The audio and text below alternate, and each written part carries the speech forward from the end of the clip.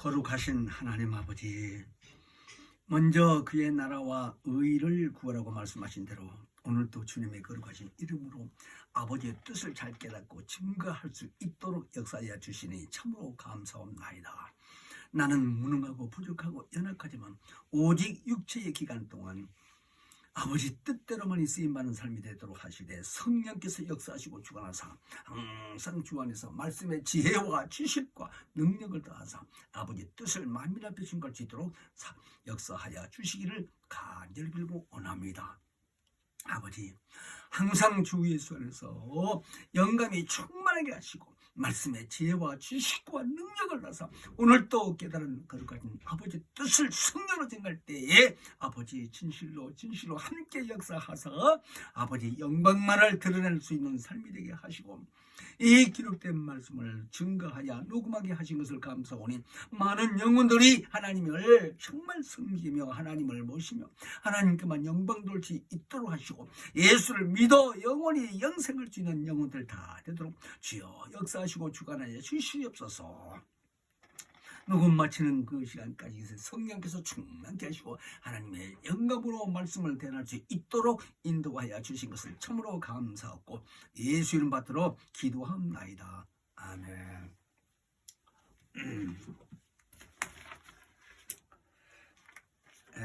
요한계시록 2장 29절 한 절만 말씀을 상고하겠습니다. 기 있는 자는 성령이 교회들에게 하시는 말씀을 들을지어다. 한 번 더 읽겠습니다. 기 있는 자는 성령이 교회들에게 하시는 말씀을 들을지어다. 아멘. 성령은 말씀하시는 인격이십니다. 우리가 신앙생활을 하면서 하나님을 섬기되 하나님이 태초에 스스로 계실 때에 삼위일체 하나님으로 계셨다는 말씀을 많이 듣고 잘 아실 것입니다. 삼위라고 하는 그 말씀이 인격이라고 하신 말씀으로 잘 알고 계시지요. 우리 사람에게도 인격이 있는 것처럼 하나님이 먼저 태초에 영원전부터 스스로 계실 때에 새 인격으로 신은 하나님 한 분이시고 그 본체가 마침내 이 땅에 육체로 오신 분이 인자이시지요. 그러니까 오시기 전에 인격으로 그 안에 함께 계셨다는 의미를 우리는 잘 아셔야 돼요. 왜냐하면 오늘 또 성령께서는 말씀하시는 인격이라고 그랬습니다. 그러니까 요한계시록에 보게 되면 성령이 말씀하신 내용들이 많이 있다는 내용으로 기록이 되어 있습니다. 그래서 신이신 분이 인격이 있으시므로 그 신을 가리켜 우리 안에 들어오셔서 인격으로 역사하시고 인격으로 계시다고 한다는 의미를 잘 알게 되면은 비록 성령을 보지 못했고 볼 수도 없는 분이지만 영적인 그 분이 하나님께서 나오셔서 인격으로 우리 안에 계시다고 한다면 그 인격으로 계신 분이요 하늘과 땅에 어디를 막론하고 무소부재하신 분이시다라고 말할 수가 있습니다. 안 계신 곳이 없다라는 게 다만 믿지 않는 사람들에게는 해당이 안 되는 얘기지만 예수 공로를 믿고 구원받은 자들이라면 어느 곳에 있든지 동시에 다 그 인격이신 성령이 역사하실 수 있다라는 의미입니다. 그러니까 예수 그리스도가 이 땅에 오셔서 인류 죄를 대속하시기 이전에는 성령도 하나님 품 안에만 하나님의 영으로 계셨다고 한다면 예수 이후에 인류의 죄를 대속하시고 십자가에 고난 당하셔서 하늘 보좌에 올라가 앉아 계시지만 지금 예수를 믿는 자들이 이 지상에 얼마나 많아요. 그러니까 그 사람들이 다 예수 공로를 믿고 구원받은 자들 안에는 어느 곳을 막느라고 다 동시에 역사하시는 분이시다라는 거예요. 성령께서. 그러니까 예수가 오시기 이전보다도 성령의 입장에서는 거할 처소가 많아진 거지요. 인격으로 와서 그 사람 안에, 영혼 안에 들어와 계시다고 하는 의미이신데, 말하자면 우리나라 안에서 부산도 있고 제주도 있고 서울도 있고 이렇다 이 얘기입니다.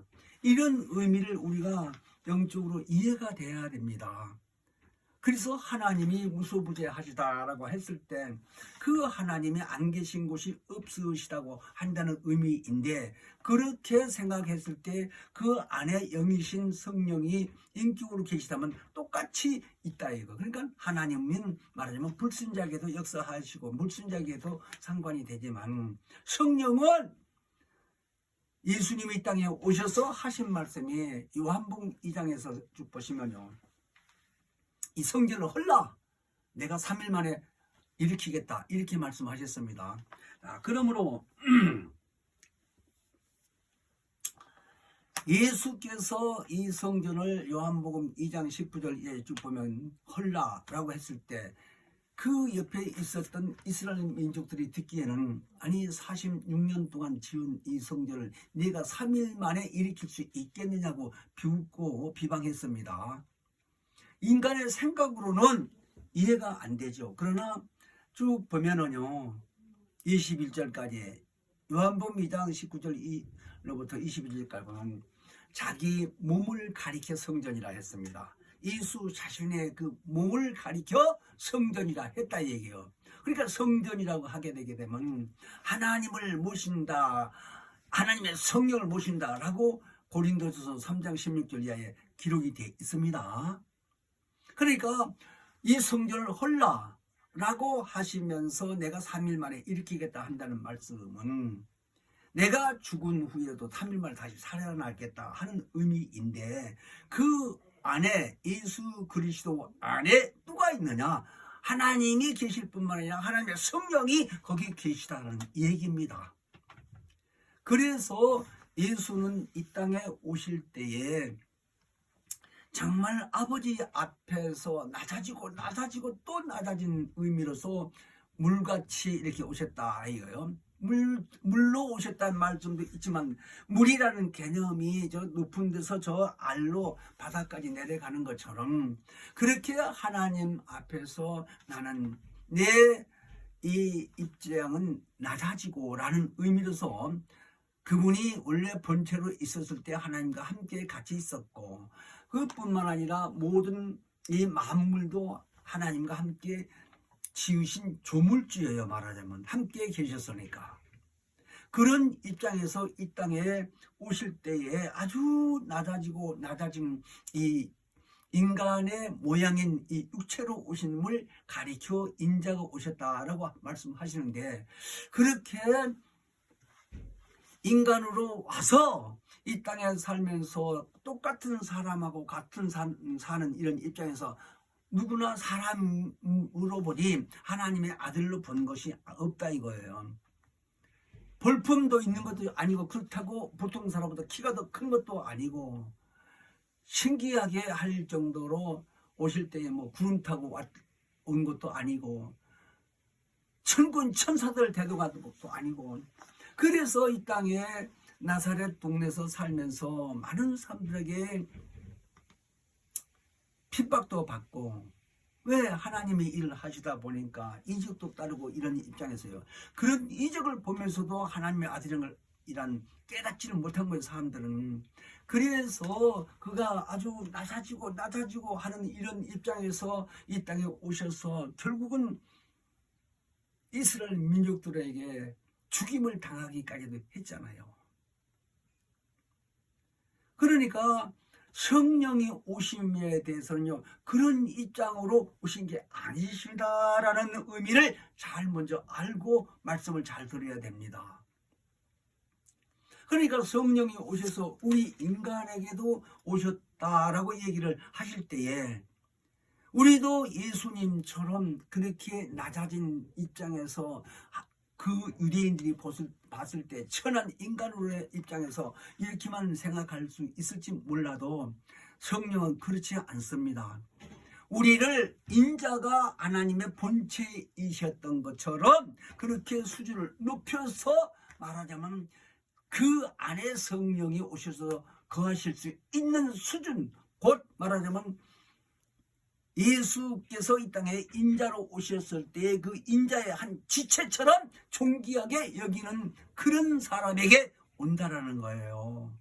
그러니까 다시 말하자면 우리 인간이 하나님이 보실 때에 독생자이신 인자의 수준과 우리 영혼이 하나님의 아들의 신분으로 똑같이 인정하시는 그 수준에 도달하게 하시고 그런 자들에게 온다라는 거예요. 성령이 인격으로. 이게 제가 말씀드리는 내용이 표현이 부족해서 그렇지 우리 인간이 어떻게 하나님 수준에 도달할 수가 있습니까? 어렵지요. 근데 하나님은 그런 입장에서 우리를 보신다 말입니다. 우리가 못났고 부족하고 지식이 없고 물질이 없고 가난하게 산다 할지라도요, 예수 공로를 믿고 입으로 신하는 사람이라면 누구나 다 구원받았다고 하셨을 뿐만 아니라 누구나 다 그런 사람은 하나님의 자녀의 신분으로 복을 받았다라는 거예요. 신령한 복을. 이 의미를 깨달아줘야 돼요. 그렇다고 자만하고 교만하라는 말이 아니라 하나님의 그 크신 사랑을 깊이 깨달을 수가 있고 성령이 오셔서 우리 안에서 감동을 시키고 기쁘고 즐거움이 있도록 하시는 그 일을 깊이 깨달아진다면 하나님 앞에 더욱더 감사하며 하나님을 더욱더 잘 섬기며 하나님 말씀 앞에 순종하며 아버지 뜻대로만 산다고 하지 않겠습니까? 그러니까 예수가 이 땅에 오셔서 아버지가 계시다, 내 아버지가 계시다 말씀을 많이 하셨지요. 보이지 않지만 보여달라고 제자들도 그렇게 말을 하는 사람도 있지만 보여줄 수는 없는 거예요. 그러나 당신을 본 것이 하나님을 본 것이라고까지 시인할 정도로. 그러니까 그분은 오시기 전에 하나님 품 안에 계셨고 오셔서 인자로 독생하신 그분을 이 땅에 인간 입장에서 볼 때 똑같은 사람으로 이렇게 살아있을 때도 하나님 계시다, 우리 아버지 계시다니까 얼마나 그 옆에 있는 사람들이 무시하겠어요. 이해가 안 되니까. 근데 지금 현재 우리 입장에서는 예수 공로를 힘입고 구원받았다는 확신이 있잖아요. 또는 입으로 말을 증거하면서 예수 살아계시다, 지금도 보좌에 계시고 그 이름으로 성령까지 오셨다고 말씀을 증거하기도 하지 않습니까?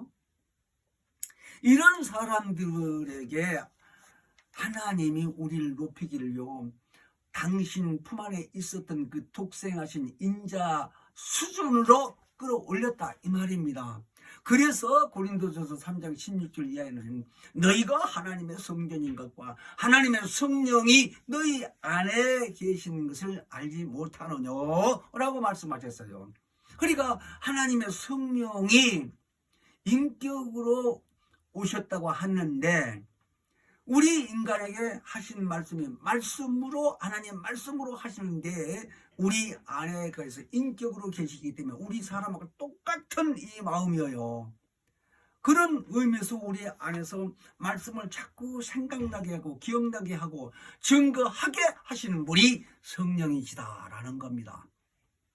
그러니까 사람들은 세상에서 이해를 못할 망정이요, 우리 예수 믿는 입장에서는요, 하나님이 보실 때 당신 지체가 누구요? 본체이신 예수의 그 지체를 말씀하시는 거 아니에요? 그 수준까지 높여놨다 이거예요. 그러니까 하나님이 보실 때 예수 그리스도나 우리 영혼이나 같은 수준이라는 거예요. 그래서 성령을 우리 안에 보내주셨다는 얘기요, 쉽게 말하자면. 그러니까 복잡하게 생각할 거 없어요. 단순하게요, 성령이 내 안에 거하시다고 하면은 하나님을 볼 때는 인자와 똑같은 수준이라고 하는 겁니다. 그러니까 창세기서부터 이 얘기를 하자면요, 인간인 아담이 이 인류의 시조라고 하는데, 그 아담이 부모가 있었다고 그랬어요. 창세기 2장에 보면 부모를 떠나서 하와와 함께 같이 이렇게 살았다고 2장에 보면 그렇게 기록이 되어 있는데요, 그 부모들 입장에서는 영이 없는 인간들이라고 했어요. 근데 그 사람들도 지구상에 많이 번성해서 있었는데 노아 홍수 다 끝났잖아요. 그러나 아담이라는 사람은 그 사람들 중에서 이끌어다 에덴에 놓고 생기를 불어넣었다고 하는 말을 잘 이해를 하십시오. 아담이 이런 사람하고 똑같은 사람이었는데 영이 없었어요. 그런데 에덴에다 데려다 놓고 창세기 2장 7절은 생기를 그 코에 불어넣었다고 그랬습니다. 그런데 그 생기를 불어넣은 것이 생명이 됐다 이거야. 사는 영, 생명이란 말, 사는 영이 됐는데, 이 사는 영이 이 신약에 와서 사도 바울을 통해서 고린도전서 15장에서 보면요, 45절을 쭉 보게 되게 되면 살려주는 영이 와야 그 사는 영 입장에서는 산다는 거예요. 그 말이 뭐냐, 예수가 오셔서 피 흘려 주셔야 되는데 이 얘기예요. 그래서 그 피의 공로를 믿고 우리는 살게 되게 되는데, 어쨌든 지금 말씀드리는 것은요, 아담이 최초의 영적 존재의 시조라 이 말입니다. 근데 알다시피 마귀로부터 유혹받아서 에덴 동산에서 선악을 알게 하는 과실을 다 먹고 하나님의 말씀에 불순종했기 때문에 결국 그 영의 기능이 상실된 것을 죽었다고 하는 거예요. 그러니까 하나님과 교통이 단절된 겁니다. 이제 그 후로 영적 존재가 계속 오늘에 이르기까지, 아니 세상이 종말할 때까지 번성이 될 터인데, 누가 뭐래도 우리는 영적 존재인 것을 잘 보이니 깨닫고요, 신하고요, 증거해야 됩니다. 근데 그런 영 안에 무조건 온 것이 아니라 성령은 내가 육체로 있는 입장에서 인격이 있잖아요. 내 의지가 있지 않느냐 이 말입니다. 그래서 그 의지가 예수 공로를 말씀 듣고 또 기록된 말씀을 통해서 깨닫기도 하고 이래서 신한다 이거예요. 그래서 하나님 앞에 나와서 내가 죄인이다 고백하면서 제사 받게 해달라고 기도도 하고 회개하면서, 그러면서 예수 공로를 인정하고 침례도 받고 이런 과정을 쭉 살아오면서 계속해서 자기 영이 성장해 가고요, 자꾸 거룩한 삶을 살면서 하나님 보시기에 성령이 들어오실 수 있는 자격도 받았다 이 말입니다. 그것이 아까 말씀드렸던 그 내용대로 예수 그 지체로 우리는 성장한 겁니다. 그러니까 어떤 사람은 하나님의 성령의 역사로서 감동돼서 찬양도 잘하게 하고 기도도 잘하게 하고 말씀을 잘 깨달아서 증거하기도 하고 또 예수 이름을 열심히 일을 하다 보게 되게 되면 능력도 드러나기도 하고 방언도 하기도 하고 더 나가서 환상도 보여서 신기한 일도 많이 보기도 하고요. 사도 요한처럼 요한계시록 하나님이 보여주신 겁니다. 반모섬이라는 곳에 추방을 해버렸는데 그때 당시 그 이스라엘 민족들이, 그러니까 그때 요한계시록이 없는데 요한계시록을 쓰게 하기 위해서 많은 걸 보여주고 많은 걸 들려줬는데, 지금 성령 받고요 예수 공로를 이렇게 사는 사람들 중에서는 별 사람들이 다 있잖아요. 그걸 은사라고 그러는데 그 많은 은사를 줬다 이거예요. 각 사람에게 어떤 사람은 열심히 봉사하는 마음을 갖게 하시고 어떤 사람은 전도 많이 하게 하기도 하고요. 그러니까 예수 안에 들어온 기독교인들 중에서 별 사람이 다 있잖아요. 이거를 한 성령이 주셨다라는 거예요.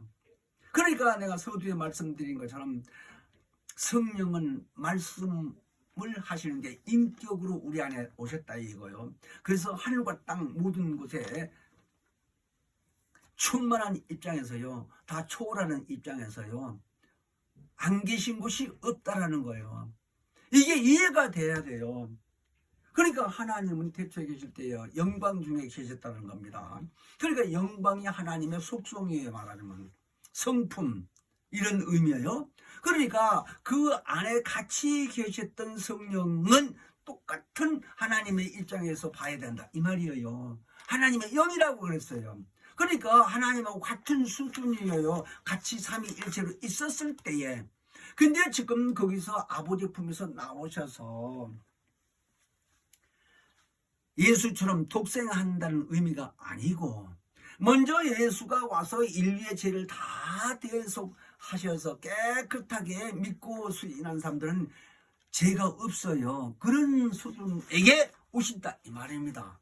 그러니까 예수하고 똑같은 수준이라고 하게 되면요, 예수하고 어떻게 사람이 똑같아 이렇게만 생각할 게 아니라 하나님의 입장에서는 능치 못할 미 없다고 말씀하셨어요. 그러니까 처녀에게도 아기를 낳게 해주고요, 할머니에게도 엘리벳이라는 할머니 늙은 사람인데 나이가 얼마나 잡섰는지를 몰라도 안 써놨기 때문에 할머니요, 노인네예요. 늙어서도 애가 없었다는 거예요. 그런 할머니에게도 잉태하게 했어서 침례 요한도 태어나게 했잖아요. 침례는 어머니 말입니다. 엘리사벳, 사가랴 그 두 부부가 애가 늙을 때까지 낳지 못했다는 거예요. 애를. 그와 마찬가지로 우리는 그런 사람에게 그렇게 하신 이정만 생각할 게 아니라 예수님이 다니시면서 하신 모든 일은 풍랑이 잔잔하기도 않나, 무화과 나무가 말라 죽지를 않나, 말씀 한마디에 맹물로 포도주를 만드시지 않나. 잔치집에 가서는 또 상가집에 가서는 송장을 일으켜서 살리지를 않으셨나. 이런 이적이 많이 일어나요. 하나님이 하시는 이 모든 일을 우리가요 부정할 수도 없거니와요. 우리는 그 하나님이 하신 일만 보고도 정말 하나님이 살아계시는가 하고요, 믿기를 이렇게 바라는 마음 자세가 중요한 것이지, 자기 인격으로 자기 생각으로만 지식으로만 그거 불가능한 일이고 어떻게 그런 일을 할 수 있어? 이것이 아니다 이거예요. 그래서 오늘날 이 성경에 보게 되면요, 요한복음 14장 쭉 16절 이하 보게 되면 세상에 이제 하나님의 성령이 오실 때는요 세상 사람들은 알지 못한다고 그랬어요. 근데 우리에게는요 과처럼 버려두지 아니하고 하나님의 성령이 오시게 되게 되면 예수가 오신다는 얘기예요. 그래서 부하처럼 버려두지 아니하고 내가 다시 와서 너희와 영원히 함께 있겠다 예수가 그랬습니다. 그러니까 예수하고 우리하고는 같은 수준으로 보는 거예요. 하나님 입장에서는요. 그래서 하나님의 영이신 성령이 그 안에서 오셔서 요한복음 15장 26절 그랬지 않습니까? 아버지께로서 나오시는 진리의 성령이 오시면 그랬습니다. 그때 예수를 증거한다는 거예요. 그분이 우리 입을 통해서. 그런 의미로 잘 받아들여서요, 우리가요 성령이 지금 오셔서 우리에게 하신 이 의미를요 정말 깊이를 잘 깨달으면 깨달을수록 성경이 더 훤히 보일 수 있고 성경이 확실히 하나님의 말씀으로 기록되어 있다는 사실을 인정할 수 있고 증거할 수 있지 않습니까? 이런 의미를 우리는 깨달아야 돼요. 그래서 성령이 말씀하시기를 정말 우리는 이 하나님의 본체라고 하신 의미, 아까 예수를 가리켜 말씀하셨는데 이 본체의 의미를 잘 깨닫고 그 수준에 우리가 성장했다고 한다는 의미를 깨달으면요 자만하는 게 아닙니다. 그렇다고 교만한 게 아닙니다. 옛말이 있지요. 시골에서 우리가 많이 들어봤지만 별은 익을수록 고개 숙인다고. 그 의미가 어렸을 때 저는 알지 못해서 그 무슨 말인가 그랬더니 살아가면서 가만히 보니까요 실제 그 별을 이 얘기해서 뭐 이 벼가요 연글고 익어가게 되면 고개 숙일 거 무거우니까 무게가 고개 숙일 수밖에 없지요. 근데 사람에게 되게 하신 말씀이 뭐냐, 아는 것이 많고요 이렇게 지식이 많고 많이 배우는 사람들 입장에서는요 겸손한 모습을 많이 보이잖아요. 그걸 말하는 거예요. 그러니까 하나님을 우리가 몰라도 하나님이 살아계시는 걸 인정해 주신 분이 성령이 오셨단 말입니다. 우리 안에. 그래서 하나님이 살아계시는 의미를 확실히 알게 되는데 그런 의미로서 남 앞에 가서 말씀을 드리더라도요, 공손하게 겸손하게 이렇게 표현을 하시면서 예수 믿으십니까? 하고 예수를 믿으셔야 됩니다 라고 얘기해요. 뭐 이러고 이게 아닙니다. 남들이 봤을 때요, 예수 전하는 거는 인정을 하는데 표현 자체고 행습이고 하는 이 행동 자체가요, 겸손하게 보이고, 저 사람은 역시 예수 믿더니 저렇게 겸손하구나 하고 느낄 정도로 그거 참 중요해요. 그 모습이. 그 의미를 잘 아셔야 됩니다. 그래서 성령이 자꾸 역사할 수 있도록 예수 얘기만 잘 해드리면 성령이 그 말씀을 통해서 듣는 자들 하여금 감동이 되게 됩니다. 그러니까 그 사람은 내 입에서 나오는 이 증거들 말을 듣는데 하나님이 보실 때 예수가 누구라고 하면서 예수 말씀을 할 때에 하나님의 말씀을 하게 되는 거예요. 그래서 그 사람에게 감동이 되게 기쁘고 그게 그렇구나 하고 시인될 수 있도록 역사는 성령이 하신다 이 말입니다. 그걸 인격이라고 해요. 왜 저 사람이 알아듣는구나, 받아들이는구나, 이런 걸 아신다 이 말입니다. 인격이 있다고 하는 말 자체가. 그러니까 전지하다 하면 모르는 게 없이 모든 걸 다 온갖 걸 알고 계신다 이 말인데, 말씀을 통해서 인격으로 오셨다고 제가 서두에 말씀을 드렸잖아요. 그러니까 그 인격으로 오신 분이 아까 예수가 이 땅에 오신 그 차원하고 육체로 오셔서 보이는 이 인자로 오셔서 그 많은 사람들 앞에서 수모를 당하고 부끄럼 당하고 얻어맞기도 하고 십자가에 달려 죽기도 하고 이제 이런 이 인자로 오신 분이 아니기 때문에 말 한마디라도 성령을 무시하거나 말을 잘못하면, 그래서 거역하면 해방하면 이런 말씀을 썼어요. 마태복음 12장에 31절을 쭉 보면은. 근데 거기까지 안 해도요, 교회 안에서 쉽게 말하는 것도 성령을 무시하는 격으로 말할 때가 많이 있습니다. 왜? 남이 어떤 귀신을 쫓아내거나 또는 이적을 일으키거나 아주 겸손한 태도로 이렇게 얘기하게 되게 되면 그거를 비방한다 이겁니다. 그거 말하자면 하나님께 비방하는 겁니다. 왜? 하나님께서 나오신 진리의 성령이 하시는 일이 하나님의 일이에요. 궁극적인 목적으로는. 그럼 하나님하고 성령하고 두 분이서 같이 하나, 그렇게 생각하지 마시고, 하나님의 모든 일은 성령이 아니시면 할 수가 없다 이 얘기예요. 그러니까 먼저 하나님의 뜻을 다 성취하시기 위해서 인자로 오신 하나님의 독생자이신 그가 와서 하셨지만 일을 다 성취하셨어요. 죽으시고 부활하신 것이 하나님의 일이에요. 그 일을 다 하시고 가신 후에 그 공로를 믿는 우리들에게 구원받았다고 할 뿐만 아니라 이런 사람들에게 성령이 오셔서 그 예수 하신 일을 증거하게 하는데, 그때에 듣는 사람이 몰랐던 그 말을 듣는 거예요. 예수 얘기를, 예수를 안 믿었으니까. 그랬을 때 듣는 사람들에게 감동이 되고 역사하시는 분이 성령이시다 이 말입니다.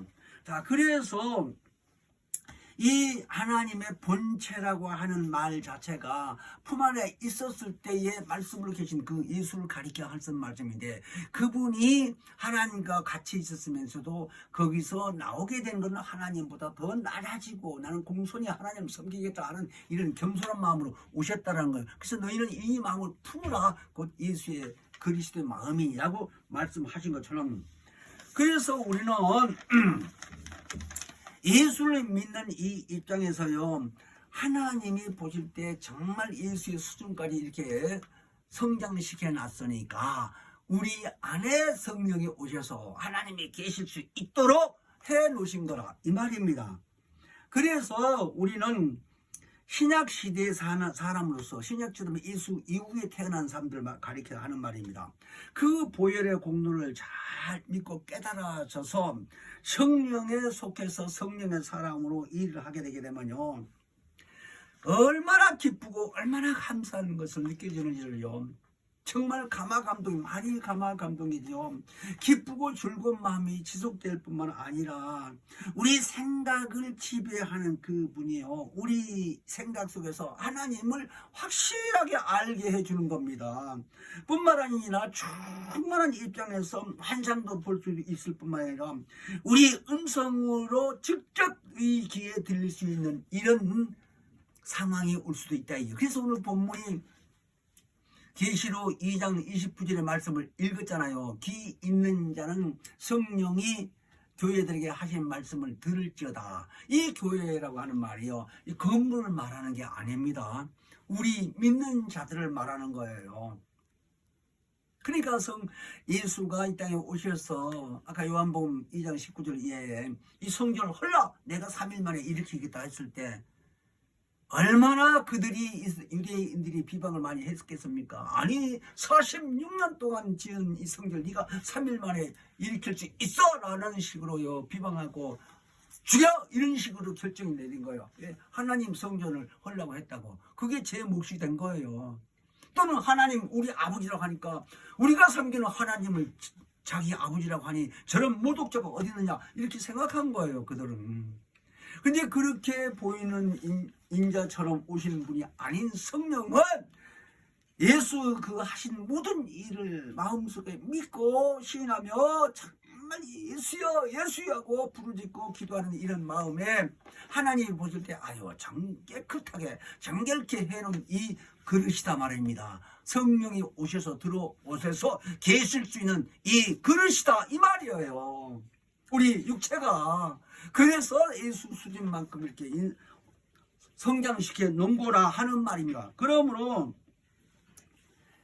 우리는요, 요한계시록에서 보게 되면 이제 영적인 얘기가요, 이 사도 요한에게 잘 보여서 기록을 다 하셨는데, 이 요한계시록 1장 10절로부터 쭉 보게 되게 되면요, 7교회를 통해서 성령께서 얘기하신 말씀이 있습니다. 거기 그 교회의 이름이 다 나왔지요. 7교회에서 에베소 교회, 서모나, 버가모, 도아디라, 사대, 빌라델비아, 라오디게야 이렇게 등등 7개 교회가 있는데 그 교회에 직접 성령이 말하자면 그들 귀로 직접 들을 수 있는 말씀을 하셨다라는 거예요. 그래 그것을 사도 요한에게 너는 이걸 기록하라. 그래서 모든 교회에게 알려줘라. 이런 말씀을 하셨는데 지금 우리는 그 세계적으로 말하자면 교회가 많이 있는데 그 당시에 7교회가 아시아의 이 지역에 있었다는데 에베소고 이런 교회들이 그런데 그 교회가 현재 교회 모델이라 하는 거예요. 그러니까 그런 그 교회 시대가 있었을 때처럼 성령의 말씀하신 말씀을 직접 들을 수 있는 길을 가지고 하나님께 항상 기도하고 부족하면 하나님 나도 듣게 해주세요. 나도 보게 해주세요. 환상을. 나도 모든 것을 다 깨닫고 말씀 증거하기 위해서 하고 부족한 점을 자꾸 엎드려서 기도하고 간구하고 힘쓰고 애쓰고 간절히 기도하라고 말씀하신 것처럼 열심히 사모하다 보면 성령이 인격으로 오신 그 분으로서의 저 사람 의지는 됐다라고 했을 때 얼마든지 사용할 수 있는 그릇이 된다라는 거예요. 이거 얼마나 감사해요. 그러니까 자기 자신이 게을러서 하기 싫어서 안 한 것뿐이지 말씀을 자꾸 듣고 배우고 했게 되면 사모하게 되잖아요. 그러니까 주일날도 단상에서 목회자들 서가지고 말씀 전할 때 저 사람 말씀 입으로 나온 증거하신 말씀은 하나님 말씀이구나 하고 귀를 기울이고 사모하고 듣고 깨달으려고 자기 마음을 가진 게 얼마나 중요하냐 이거 하나님 보실 때에. 그러니까 하나님을 보실 때에 하나님은 이 겉사람을 보는 게 아니라 우리 속마음을 보신 겁니다. 그러니까 속마음이 곧 우리 영혼이라고 한다면 우리 그 영혼 안에 들어오실 하나님의 영이라고 하신 성령은 그런 사람에게 와서 확실히 알게 해줄 뿐만 아니라 더 크게 사용할 수 있고 더 진지하게 성령 충만히 말씀을 잘 깨닫게 해주시고 가서 표적도 많이 일어나게 해주고 이렇게 하신다 이 얘기예요. 그래서 신앙생활을 어차피 하면서 우리는 어떻게 해야 될 것이냐.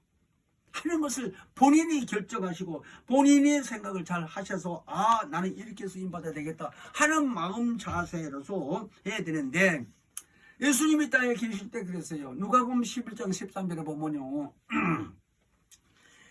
그 당시에 주위에 있는 제자들 통해서 너희가 악할지라도 자식에게 좋은 것을 줄 줄 알거든 하물며 너희 천부께서 구하는 자에게 성령을 주시지 않겠느냐 라고 얘기를 했습니다.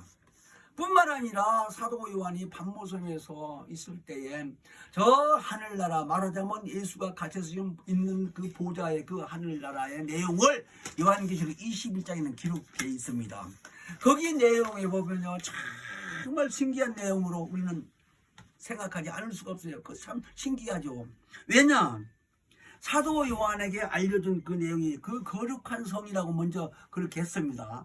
그 성전이 말하자면 예수가 있는 그 성전이. 근데 그 거룩한 성이 말입니다, 해와 달이 필요가 없는 하나님의 그 빛으로만, 영광으로만 비친다는 거예요. 그 안에가요.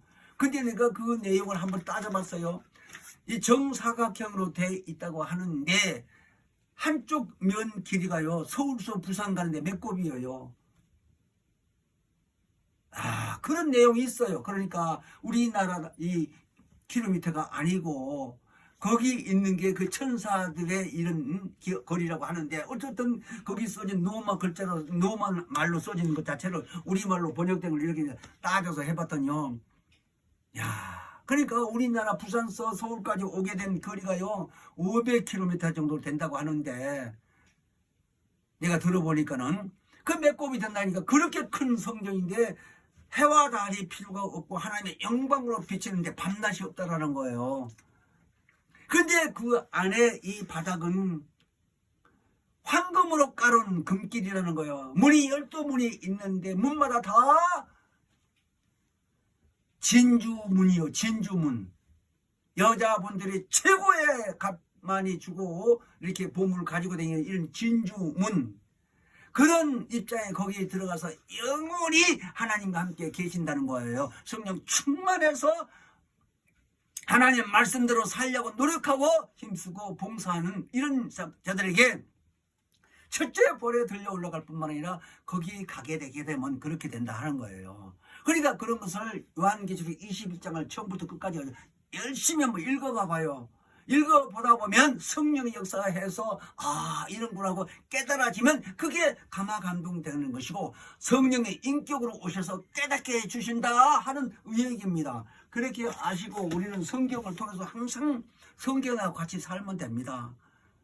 시간 있으면 성경을 보고, 시간 있으면 기도하고 말씀 전하기도 하고 가족끼리도 친구들끼리 이웃하고도 그런 식으로 되는데 그게 어렵지요. 그러나 더 충만하고 더 충만하다 보면 가능성이 있다라는 얘기입니다. 그래서 오늘 성령을 믿으라는 거예요. 주제가 성령을 믿으라.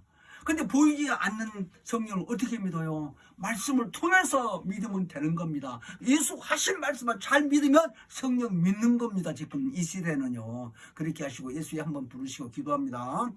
예수여, 생명의 근원이 되신 거룩하신 하나님 아버지, 참으로 감사합니다. 성령을 믿으라 라고 말씀하신 말씀, 기록된 말씀을 통해서 잘 믿고 의지할 때에 성령이 바로 역사하심을 잘 깨닫게 하셨사오니 남은 육체의 기간 동안 아버지께만 영광 돌리는 삶이 되도록 사용받고 역사하시고 주관해 주시기를 간절히 빌며 예수 이름으로 기도합나이다. 아멘. 하늘에 계신 우리 아버지여, 이름이 거룩히 여김을 받으시며 나라 임하옵시며 뜻이 하늘에서 이룬 것 같이 땅에서도 이루어지이다.